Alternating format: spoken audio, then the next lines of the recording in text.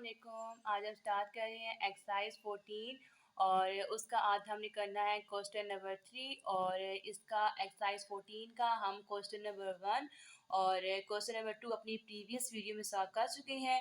और जो मैंने अपनी फर्स्ट जो लेक्चर था एक्सरसाइज 14 का जिससे मैंने क्वेश्चन नंबर 1 मैंने सॉल्व करवाया था, उसमें मैंने आपको डिटेल में सब कुछ बताया था कि हमने जो है टेबल जो है वो हमने कैसे ड्रा करना है और कार्टेशियन प्लेन जो है वो हमने कैसे बनाना है। और उसके बाद हमने एक और चीज़ देखी थी कि रेफरेंस एंगल, कि रेफरेंस एंगल किसके इक्वल होते हैं। ठीक है, मैंने वो डिटेल से आपको बताया है। आपको आगे इसके फर्दर क्वेश्चन सॉल्व करने के लिए आपको पहले वो प्रीवियस वीडियो जो फर्स्ट लेक्चर है इसका आपको वो देखना पड़ेगा और उसके बाद आपको अच्छी तरह से समझ में आ जाएगी एक्सरसाइज कि आप इसको कैसे देखना है टेबल में, कि आपने कैसे कार्टेशियन प्लेन को यूज़ करना है और कैसे आपने रेफरेंस एंगल अपने यूज़ करने हैं। ठीक है, तो आज हम स्टार्ट कर रहे हैं क्वेश्चन नंबर 3 और क्वेश्चन नंबर 3 की जो स्टेटमेंट है मैं वो जस्ट रीड कर देती हूँ। वो है कि find the values of theta satisfying the following equations. ठीक है, हमने थीटा की वैल्यू फाइंड करनी है। ठीक है, जस्ट हमने और अगर देखा जाए तो जो हमारे पास क्वेश्चन नंबर 1 और क्वेश्चन नंबर 2 था वो हमारे पास सिंपल क्वेश्चन थे। हमारे पास जस्ट हमारे पास एक ट्रिग्नोमेट्रिक फंक्शन होता था हमारे पास, या तो सीकन थीटा या टेन थीटा या फिर कॉस थीटा या फिर साइन थीटा। ठीक है, लेकिन इन क्वेश्चंस में हमें जो क्वेश्चन नंबर 3 से स्टार्ट हो रहे हैं, इन क्वेश्चन से हमें एक पूरी इक्वेशन स्टार्ट हो रही है। ठीक है, एक हमें इक्वेशन दे दी गई है कि इसको हमने सॉल्व करना है। इस पूरी इक्वेशन को हमने सॉल्व करके हमने एक ट्रिग्नोमेट्रिक फंक्शन लाना है। ठीक है, तो चलिए इसको हम स्टार्ट करते हैं प्रोसेस किसको हमें कैसे स्टार्ट करना है इस क्वेश्चन को।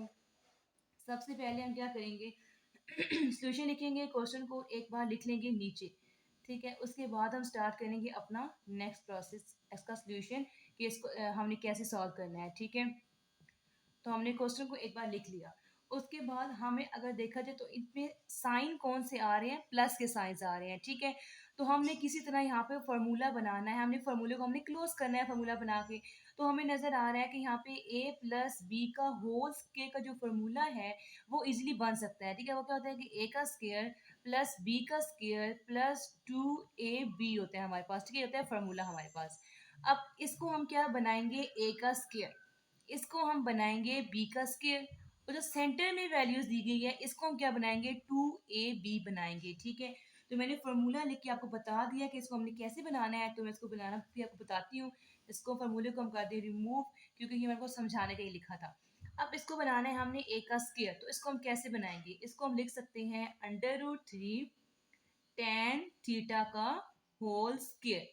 इसको हम ऐसे लिख सकते हैं। जब इसको हम ओपन करेंगे तो 2 जो है वो अंडर रूट से गया कट जाएगा, पीछे क्या बचेगा 3 और इस पे क्या आ जाएगा स्केयर, टेन स्केयर, तो वापस वही चीज बन जाएगी हमारे पास। ठीक है, तो इसको हम ऐसे लिख सकते हैं अब हमें क्या चाहिए, बी का स्केयर, तो हम 1 को क्या बनाएंगे स्केयर, इसका हम स्केयर बना सकते हैं, कोई फर्क नहीं पड़ता। ठीक है, इसका हम स्केयर ओपन करेंगे तो वापस क्या आ जाएगा हमारे पास, 1 ही आ जाएगा। अब इसको देखिए तो इसको हम कैसे बनाएंगे, 2ab, ये हो गया a का स्केयर, ये हो गया b का स्केयर। अब लिखना है 2ab, 2 लिखेंगे, a क्या बनाया था हमने, ये √3 tan थीटा, और b हमने क्या बनाया था 1, तो 1 हमारे पास यहाँ पे आ गया।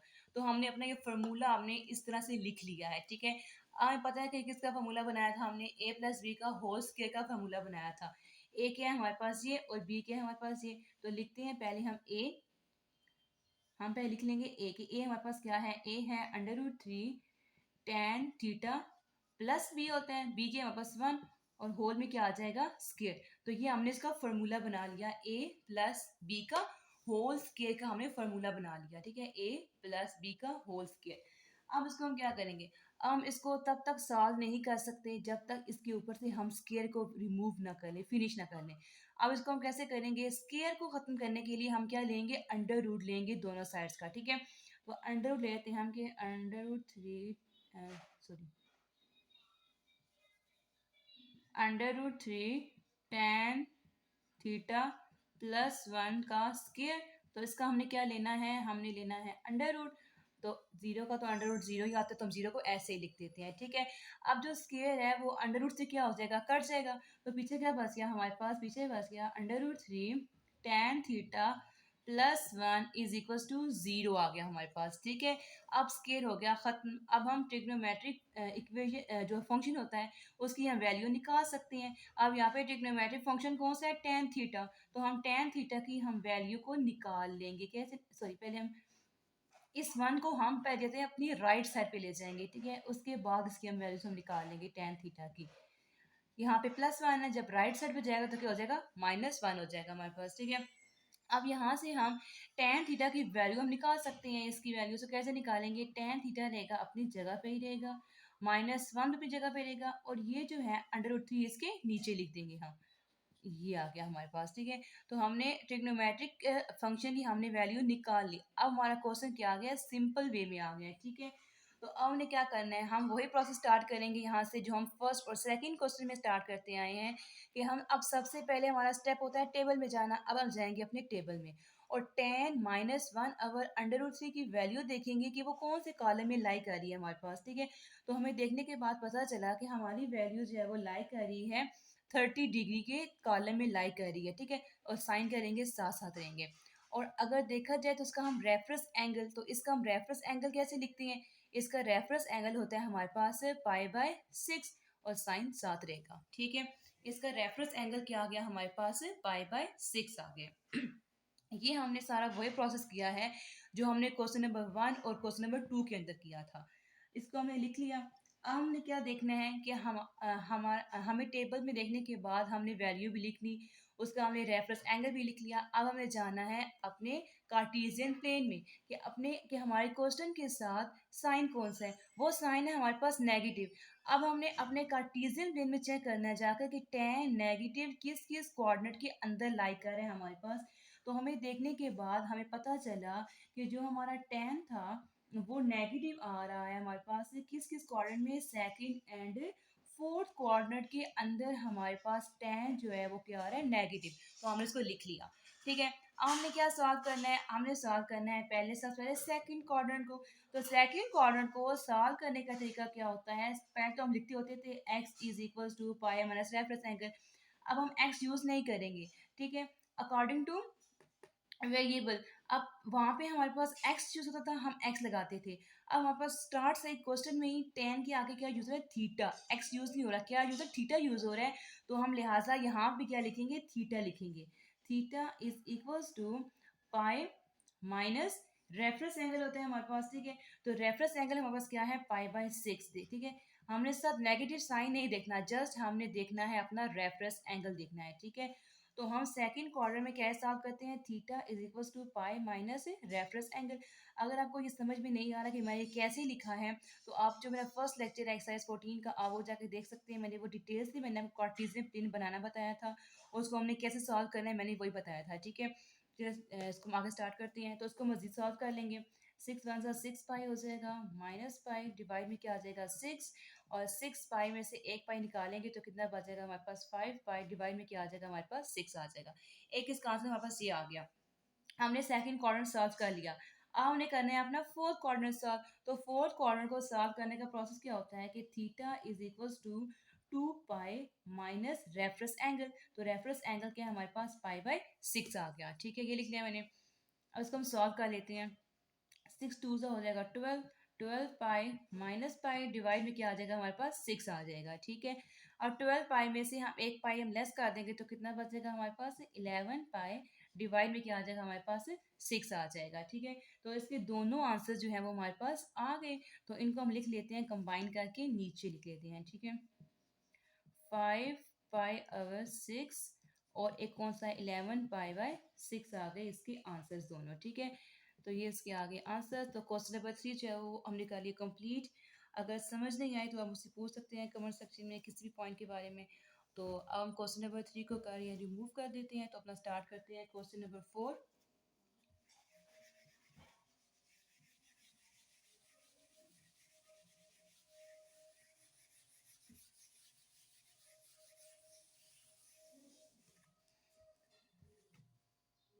क्वेश्चन नंबर 4 है हमारे पास।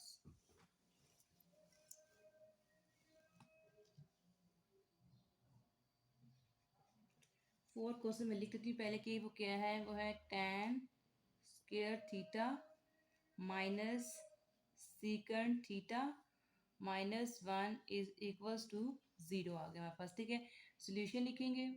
क्वेश्चन को एक बार लिख लेते हैं नीचे। tan square theta minus second theta -1 is equals to 0।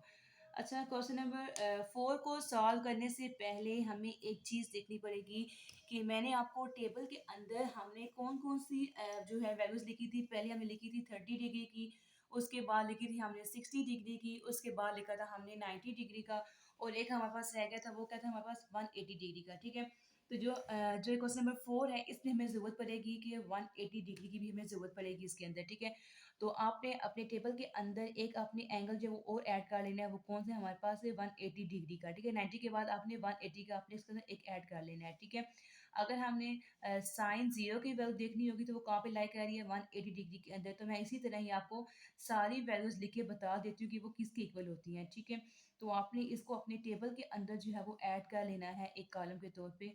ठीक है, इसकी भी जरूरत आपको पड़ेगी नेक्स्ट क्वेश्चन के अंदर। ठीक है, कॉट होता है इन्फिनिटी। तो मैंने सारी वैल्यूज जो है मैंने सीक्वेंस से लिख दी हैं। ठीक है, सब वैल्यूज मैंने सीक्वेंस में लिख दी हैं। ठीक है, ताकि आपको इजीली पता चल जाए ये।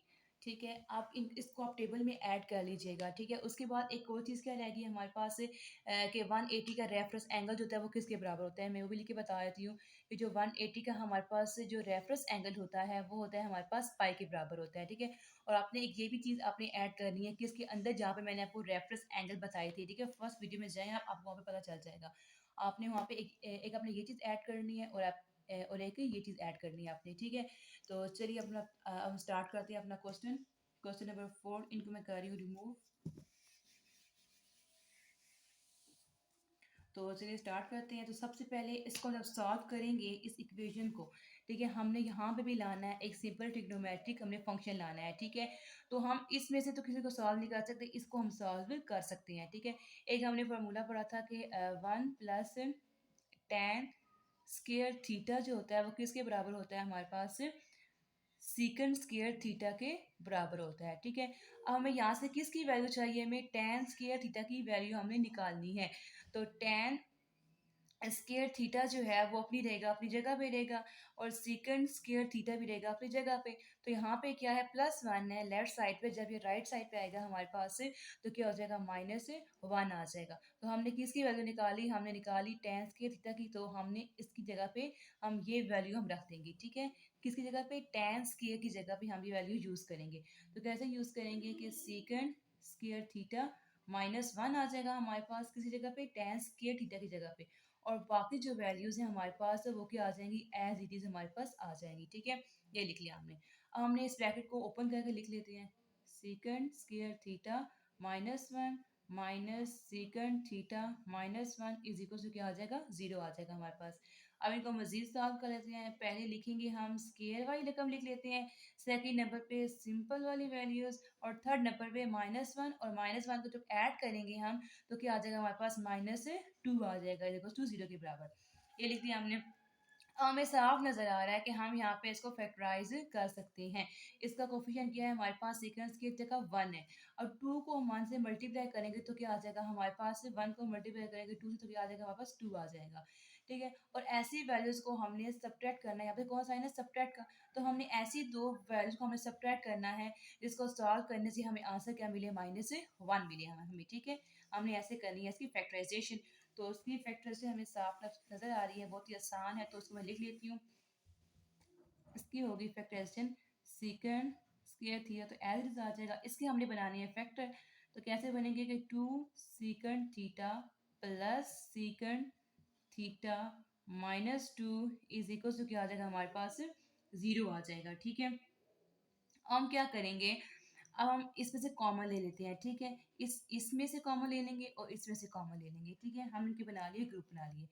अब इसमें से हमारे पास क्या कॉमन आ रहा है सीकंड थीटा कॉमन आ रहा है। ठीक है, तो सीकंड थीटा हम ले लेंगे कॉमन ले लेंगे एक, और एक आ जाएगा अंदर माइनस यहाँ बच जाएगा 2, क्योंकि एक ऑलरेडी सीकंड था बाहर लिया हुआ है हमने।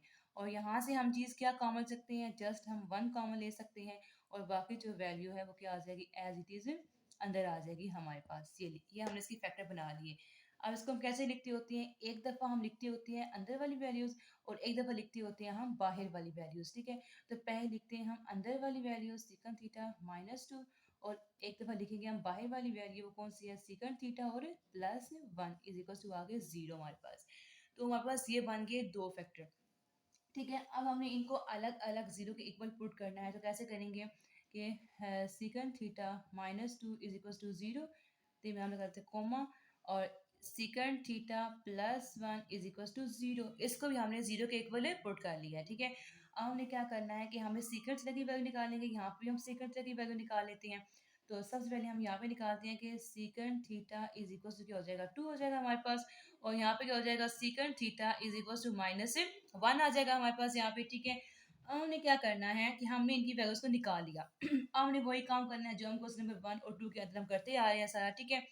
सीकन थीटा का हमारे पास रेसिप्रोकल क्या होता है, वो होता है कॉज थीटा। इसका भी रेसिप्रोकल लेंगे तो क्या आ जाएगा, 1/2 आ जाएगा हमारे पास।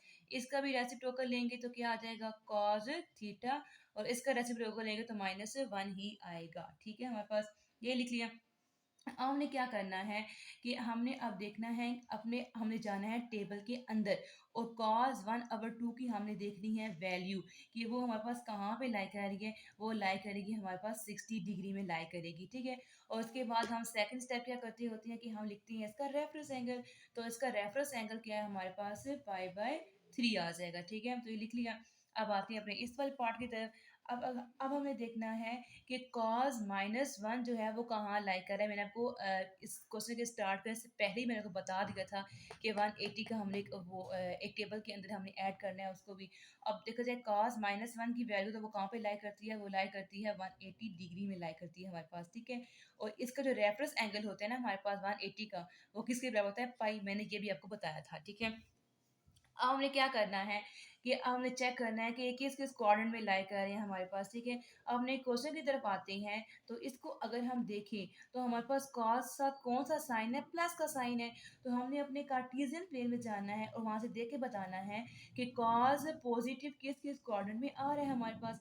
तो हमें देखने के बाद पता चला कि cos जो आ रहा है हमारे पास पॉजिटिव आ रहा है हमारे पास, वो फर्स्ट एंड फोर्थ कोऑर्डिनेट में हमारे पास क्या आ रहा है, पॉजिटिव आ रहा है, ठीक है। इसका भी लिख लेते हैं हम साथ में ही, कि कॉज, इसका जो क्वेश्चन है वो ये आ गया हमारे पास।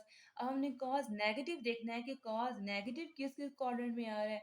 तो कॉज जो है वो नेगेटिव आ रहा है हमारे पास सेकंड एंड थर्ड कोऑर्डिनेट के अंदर आ रहा है हमारे पास, कॉज नेगेटिव आ रहा है, ठीक है। ये लिख दिया। अब इसको हमने सॉल्व करना है, किसको सॉल्व करना है, पहले हम सॉल्व करेंगे अपने फर्स्ट कोऑर्डिनेट को। फर्स्ट क्वाड्रेंट को सॉल्व करने का तरीका क्या होता है कि हमारे पास x is equal to reference angle ही होता है, लेकिन हम यहाँ पे x यूज नहीं कर रहे हैं, हम क्या यूज कर रहे हैं, थीटा, क्योंकि हमारे क्वेश्चन में जो वेरिएबल यूज हुआ है वो क्या यूज हुआ है, थीटा यूज हुआ है, ठीक है। Theta is equal to reference angle, और इसका रेफरेंस एंगल क्या है हमारे पास, पाई/3 आ जाएगा, ठीक है। रेफरेंस एंगल आ गया इसका पाई/3। तो हमने अपना फर्स्ट क्वाड्रेंट सॉल्व कर लिया। अब बारी है अपने फोर्थ क्वाड्रेंट को सॉल्व करने की। तो फोर्थ कोऑर्डिनेट को हम कैसे सॉल्व करते हैं, हम कहते हैं theta is equal to 2 pi minus reference angle. तो रेफरेंस एंगल हमारे पास क्या है, पाई/3 आ जाएगा हमारे पास। तो इसको हम मजीद सॉल्व कर लेते हैं। 3 2 6 पाई, 6 पाई माइनस पाई, और डिवाइड में क्या आ जाएगा हमारे पास, 3 आ जाएगा। सॉरी आपको नजर नहीं आ रहा, आई होप अब आपको नजर आ रहा होगा। अब हमने क्या करना है कि यहाँ पे इसकी वैल्यू लिख लेनी है। 6 पाई में से हम एक पाई क्या कर लेंगे, सब्ट्रैक्ट कर लेंगे, तो हमारे पास क्या बच जाएगा, 5 पाई, और डिवाइड में क्या आ जाएगा हमारे पास, 3 आ जाएगा, ठीक है। अब हमने क्या सॉल्व करना है, इसको तो हमने कर लिया सॉल्व। इसके आंसर्स आ गए हमारे पास दो, एक इसका आंसर आ गया, ये आ गया हमारे पास, और एक इसका आंसर आ गया हमारे पास, ये, ठीक है। अब हमने क्या करना है, हमने अब जाना है इस वाले पार्ट में और इसमें देखना है हमने जाके। हमने यहाँ पे पहले कौन सा क्वाड्रेंट में सॉल्व करना है, हमने सेकंड क्वाड्रेंट को हमने सॉल्व करना है, ठीक है। तो सेकंड क्वाड्रेंट को सॉल्व करने का तरीका क्या होता है हमारे पास, कि theta is equals to pi minus reference angle. तो इसका रेफरेंस एंगल क्या है हमारे पास, पाई आया था, पाई, पाई में से पाई जा नहीं सकते, तो इसका क्या हो जाएगा, ये जीरो के बराबर आ जाएगा हमारे पास, ठीक है। हमें सॉल्व करना है इसका थर्ड क्वाड्रेंट। तो इसका हम थर्ड क्वाड्रेंट हम कैसे सॉल्व करेंगे, थर्ड क्वाड्रेंट सॉल्व का तरीका होता है हमारे पास कि theta is equals to pi plus reference angle. तो रेफरेंस एंगल हमारे पास क्या आ गया, हमारे पास पाई आ गया,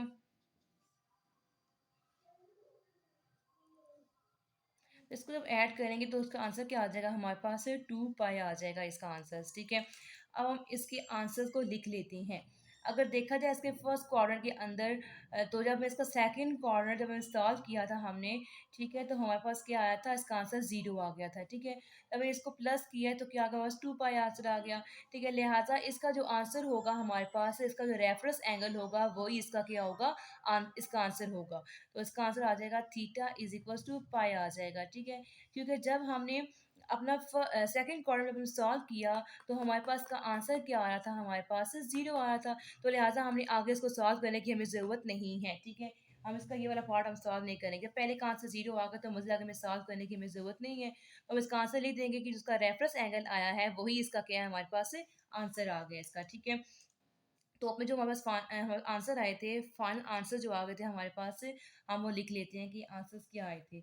जो फर्स्ट में आंसर आए थे हमारे पास वो आए थे पाई/3 आया था हमारे पास एक आंसर, और एक आंसर आया था हमारे पास 5 पाई/3 आया था, और एक आंसर हमारे पास क्या आ गया, पाई आ गया, ठीक है। इसका मैं दोबारा बता देती हूँ कि मैंने इसको क्यों लिखा है ऐसे। जब हमने सेकंड क्वाड्रेंट में गए तो उसका आंसर क्या आ गया, हमारे पास 0 आ गया, ठीक है। तो हमें थर्ड क्वाड्रेंट में सॉल्व करने की हमें ज़रूरत ही नहीं है, तो हम लिख सकते हैं कि जो उसका रेफरेंस एंगल आया है वही इसका क्या है, आंसर आ गया हमारे पास, ठीक है। तो इसको हमने लिख लिया, इसका क्या आ गया, आंसर आ गया। तो इसका क्वेश्चन नंबर 4 भी हमने सॉल्व कर लिया है, क्वेश्चन नंबर 3 और 4 आज हमने सॉल्व कर लिया है। आई होप आपको वीडियो अच्छी लगी होगी। अगर आपको किसी भी पॉइंट के बारे में कुछ समझ नहीं आई तो आप मुझसे पूछ सकते हैं कमेंट सेक्शन में, मैं आपको ज़रूर रिप्लाई करूँगी। अगर वीडियो अच्छी लगे वीडियो को लाइक करें, सब्सक्राइब करें, अपने फ्रेंड्स के साथ शेयर करें। Thanks for watching. अल्लाह हाफिज़।